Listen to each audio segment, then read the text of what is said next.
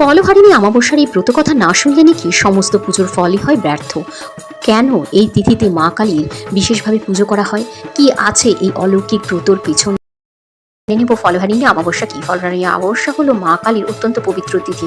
জ্যৈষ্ঠ মাসের অমাবস্যা তিথিতে এই পুজো করা হয়। ফলহারিণী শব্দের অর্থ হলো সমস্ত কর্মের ফল হরণকারী, অর্থাৎ ভক্তের পাপ, দুঃখ এবং খারাপ কর্মফলগুলিকে মা নষ্ট করে আশা এবং আশীর্বাদ প্রদান করেন। এই দিন মা কালীর আরাধনা করলে সংসারে দুঃখ ও কষ্ট দূর হয়, মনের গোপন মনস্কামনা পূর্ণ হয় এবং জীবনে শান্তি আসে বলে বিশ্বাস করা হয়। ফলহারিণী অমাবস্যার বিশেষ ব্রতকথা সম্বন্ধে আজ আমরা জেনে নেব এই ভিডিওতে। অনেক বছর আগে গরিব এক ব্রাহ্মণ পরিবার ছিল।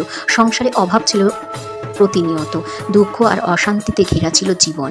ব্রাহ্মণের স্ত্রী অত্যন্ত ভক্তি ভরে মা কালীর পুজো করতেন, কিন্তু এত কষ্টের মধ্যেও তার জীবনে সুখ আসছিল না।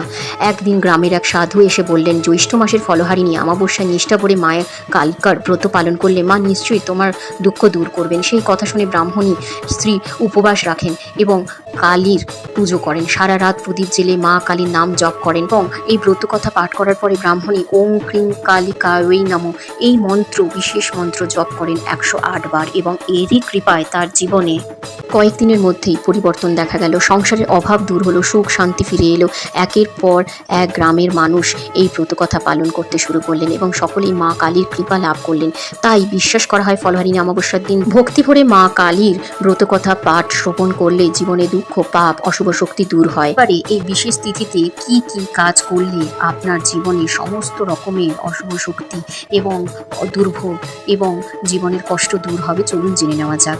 এই রাত্রে অশুভ শক্তি যেহেতু বেশি সক্রিয় থাকে, তাই অমাবস্যার রাত্রে তান্ত্রিক সাধনা বাড়ে। তাই এই দিন আপনারা রাগ, ঝগড়া এই সমস্ত কিছু থেকে দূরে থাকবেন। বাড়ির মূল দরজায় প্রদীপ জ্বালাবেন, দারিদ্রতা অনেক অংশেই দূর হবে। অবশ্যই এই দিন মা কালীর পায়ে লাল জবা অর্পণ করবেন, মায়ের প্রিয় রং হলো লাল। এই দিন অবশ্যই রাতে যদি আপনি গোপন দান করেন, অর্থাৎ এই দিন রাত্রে যারা খাওয়ার, অন্ন, বস্ত্র পায় না তাদেরকে যদি দান করেন, এই দিন অত্যন্ত শুভ বলে মনে করা হয়। ফলহারিণী অমাবস্যার দিন কোন কাজগুলি একেবারেই করবেন না? অমাবস্যার এই পবিত্র তিথিতে অকারণে ঝগড়া একেবারেই করবেন না। মদ, মাংস এবং অন্য কোনো রকম কুকার্য থেকে এই দিন বিরত থাকবেন। রাত্রে কারোর ওপর কখনোই অপমানজনক কোনো কথাবার্তা বলবেন না, কাউকে অভিশাপ দেবেন না, পুজোর পরে প্রদীপ নিভিয়ে ফেলবেন না। চেষ্টা করবেন যেন সারা রাত্রি আপনার ওই প্রদীপে বাতি থাকে এবং সেটি প্রজ্বলিত হয়ে জ্বলে। বিশ্বাস করা হয় অনেকের মতে ফলহারিণী অমাবস্যার রাতে আন্তরিক মনে যদি মাকে প্রার্থনা করা হয় তাহলে জীবনের সমস্ত রকম বাধা দূর হবে এবং মানসিক শান্তি থাকবে আপনার জীবন।